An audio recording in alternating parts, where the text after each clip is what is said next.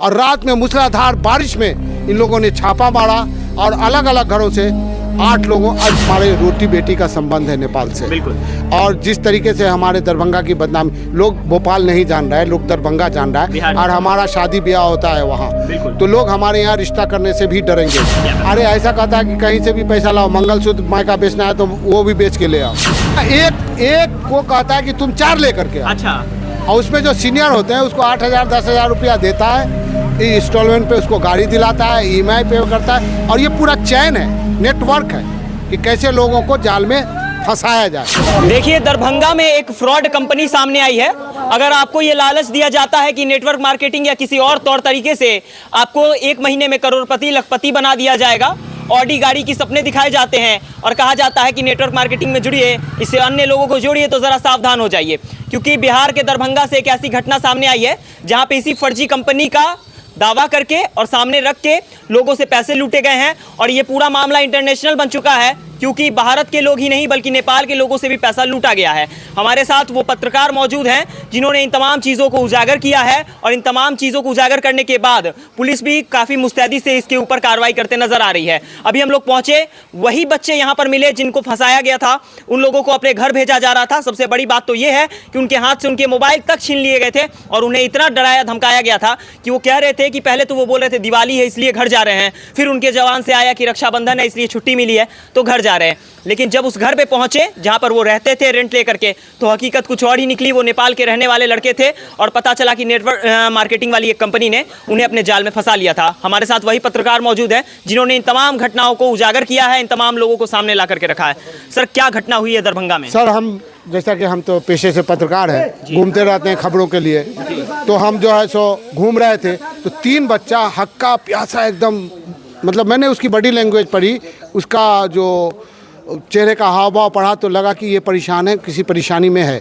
तो मैंने उसको रोका पूछा तो उसने सारी बात मुझे बताई, और जब बताई तो सबसे पहले मैंने उसे खाना खिलाया। खाना खिलाने के बाद उसको सीधा मब्बी थाना लेके गए, सिटी SP सागर कुमार से बात की।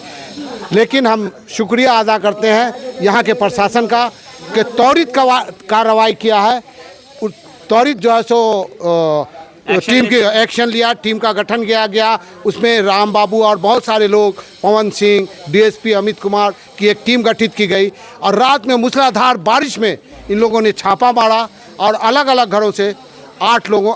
सबसे अच्छी बात यह है कि इसका जो यहाँ जो संचालक है, जो चला रहा है सेंटर, वो पकड़ा गया, सरदार जी पकड़े गए, उनसे गहन छानबीन हुई और पता ये चला कि इस कंपनी का तार जो है भोपाल से मिला हुआ है। भोपाल भी बात की गई, लेकिन भोपाल वाले भी पुलिस को घुमा ही रहे हैं। अच्छा। तो आज उन लोगों को कोर्ट में पेश करके रिमांड लिया जाएगा, क्या होगा वो तो प्रशासन जाने। अच्छा, मान के चलिए ये पूरा मामला तो इंटरनेशनल बन गया है। हिंदुस्तान और नेपाल की जो रिलेशन है उसमें कहीं ना कहीं बीच में खटास आ सकता है इन तमाम मामलों से। देखिए, खटास तो बाद में आएगी।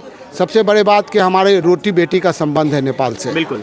और जिस तरीके से हमारे दरभंगा की बदनामी, लोग भोपाल नहीं जान रहा है, लोग दरभंगा जान रहा है, और हमारा शादी ब्याह होता है वहाँ, तो लोग हमारे यहाँ रिश्ता करने से भी डरेंगे। क्योंकि देखिए, हम लोग जाति वर्ण व्यवस्था में विश्वास रखने वाले लोग हैं, अपनी वर्ण में शादी करते हैं। बिल्कुल, तो हर जाति के लोग नेपाल में भी है, ब्राह्मण भी है, सब तरह के लोग हैं वहाँ। संस्कृति मिलती है, खान पान है, शादी ब्याह है, कौर कुटमैती है।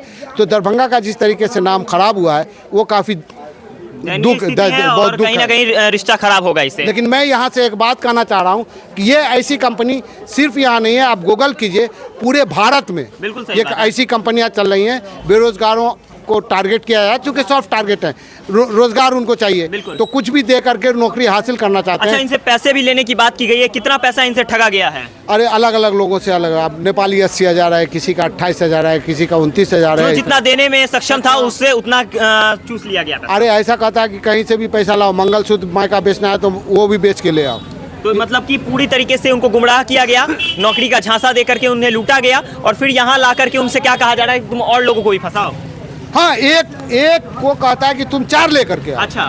और उसमें जो सीनियर होते हैं उसको 8,000 10,000 रुपया देता है, इंस्टॉलमेंट पे उसको गाड़ी दिलाता है, EMI पे करता है, और ये पूरा चैन है, नेटवर्क है कि कैसे लोगों को जाल में फंसाया जाए। एक आदमियों को, बेरोजगारों को फंसाने की कंपनी है। नेटवर्क मार्केटिंग का कुल मिला के यही मायने रह गया है कि नेटवर्क में कैसे लोगों को फंसाया जाए, अपने जाल में लाया जाए, उनसे पैसे लूटे जाए और लोगों को लंबे लंबे सपने दिखा करके फिर इसी तरीके के से मजबूर करके उनको छोड़ दिया जाए। बस यही हो रहा है। ऐसी एक कंपनी नहीं है, 3-4 कंपनियां हैं अभी। यहाँ जब आप आए घर में तो घर में पता चला कि कंपनी का कोई डिटेल ही नहीं है, लोगों के पास बस जो यहाँ पे रहते हैं लड़के उनका ही डिटेल है। लड़कों का डिटेल है, लेकिन आपने वेरीफाई करवाया, विदेश के लोग रहने वाले हैं, आपके यहाँ घर ले रहे हैं, आप उसका पुलिस से वेरिफिकेशन कराते, कैसे लोग हैं, क्यों आए हैं यहाँ, आप पढ़े लिखे लोग होकर के घर देते हैं। इससे क्राइम में बढ़ोतरी होती है, क्राइम में करने में कहीं ना कहीं क्रिमिनल्स को मदद शामिल हो जाते हैं ना चाहते हुए। जी, आप भी ना चाहते हुए भी शामिल। बाकी देखिए, अगर मकान मालिक है तो ऐसे लोगों को घर देने से पहले एक बार वेरीफाई करवा ले, और ऐसे अगर लोग मिलते हैं तो उनको घर देने से बचें।